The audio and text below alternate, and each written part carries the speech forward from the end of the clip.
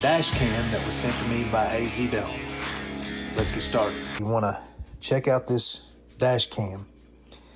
I've never had a dash cam before, never used one, something new, so I figured, yeah, I'll check it out. So I want to thank them for sending this to me, and we'll get it unboxed here and check out what's inside. This particular dash cam is a model M01Pro. Let's see what we got going on in the box here. Nice packaging.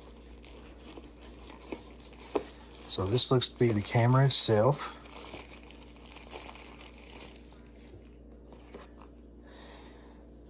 First impressions, this camera is kind of heavy and feels very sturdy. Looks like on the side here we have a SD card and some buttons. We'll go through what all the buttons are and what they do. Going down in the box, looks like we have a suction cup mount,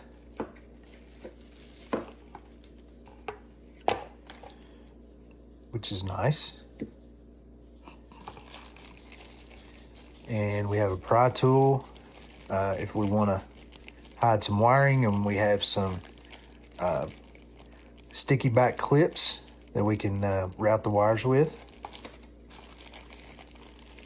And here's some cabling. This looks like power cable, USB power cable for that.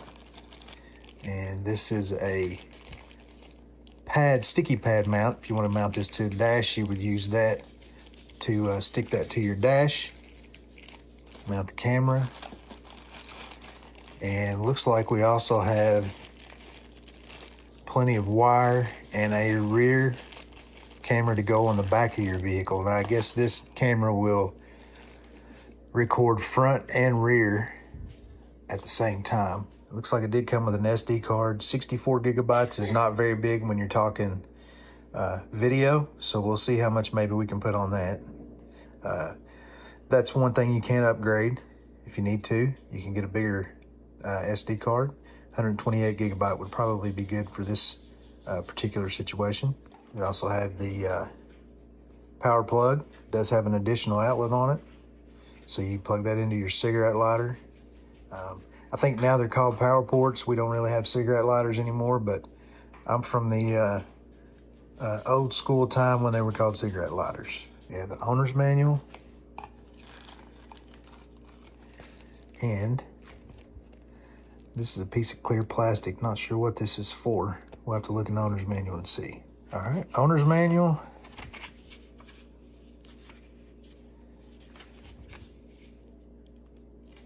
So we have a QR code to download the app. You do put an app on your phone to control this. Tells you what's in the box. Specifications. All right, so specifically I'm looking for video resolution, 1080p, 1920 by 1080, or 720p, 1280 by 720. And the 1080p is going to take up more room, of course. 780p, if you don't need a really clear picture on yours, then you can save some space on your SD card. The camera itself is 2 megapixels. It does record audio. And then it has the battery information, pretty small battery, 200 milliamp hours. So basically you'll hook this up and power it and use it while you're driving. Looks like it will last sometime after you shut your car off, but that smaller battery is not going to last very long. Looks like this page shows the button functions and some examples of how to wire it, where to put it up at. Information about the rear camera.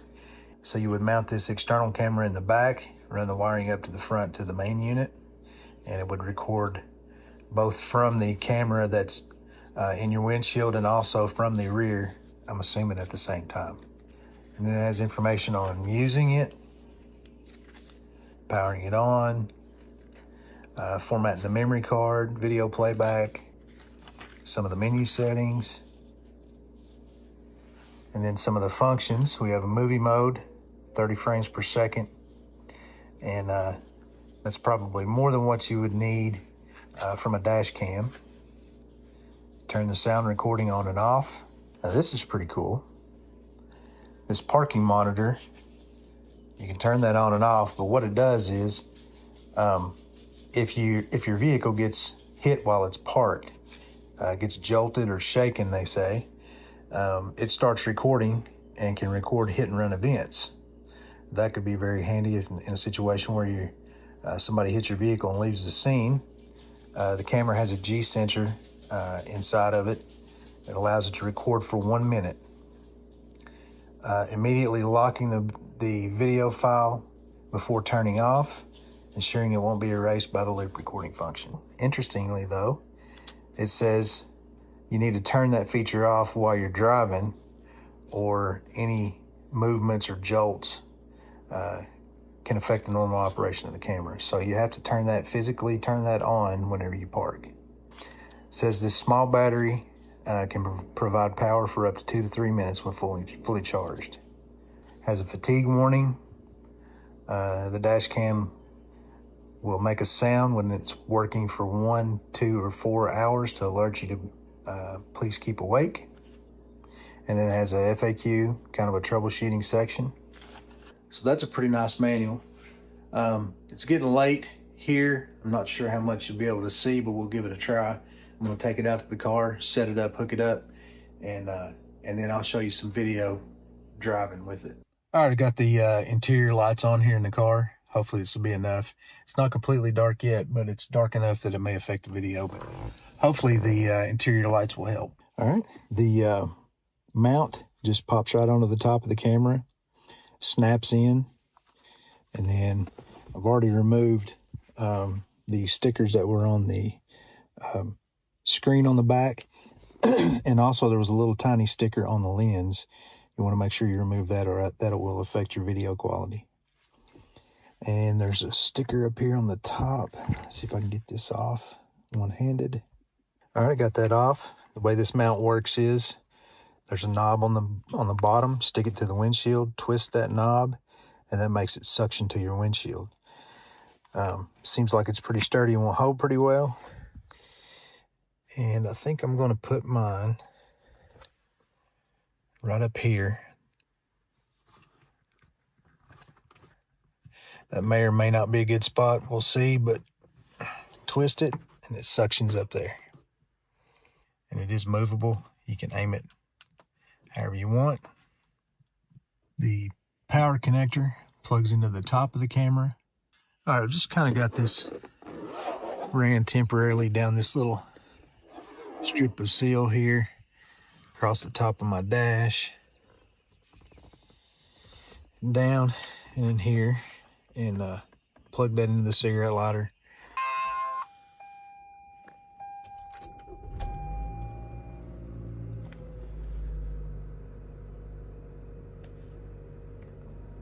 All right, when it first turns on, it does make an annoying beeping noise that I probably will have to figure out how to turn off.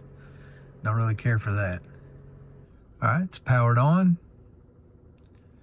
Video looks pretty clear. It is in color. We'll do some nighttime driving and some daytime driving and check out what it looks like. Now, why would you need a dash cam for? Well, one thing that we talked about earlier is the parking monitor. Your car's parked somewhere and somebody hits it and runs. You may never, if where you're parked at doesn't have a surveillance camera, you may never know what happened or who did it. And so this may give you a license plate number to go off of, something like that. Another instance would be if you're in an accident and the other party in the accident tries to claim that it was your fault. You've got video evidence showing what happened, and that will pretty much get you out of trouble in that situation. Also, this doesn't happen in America a whole lot, but it does in other countries. There are people who will try to get away with insurance fraud and maybe, you know, a pedestrian jump out in front of you or something like that. It happens a lot in other countries.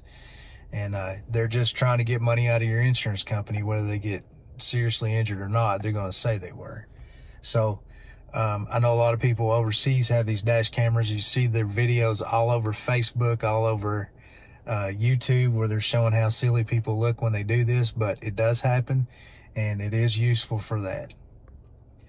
And I do know other people who have dash cams who have used their video footage to show an officer, you know, how an accident occurred when there was 2 other vehicles involved, not them.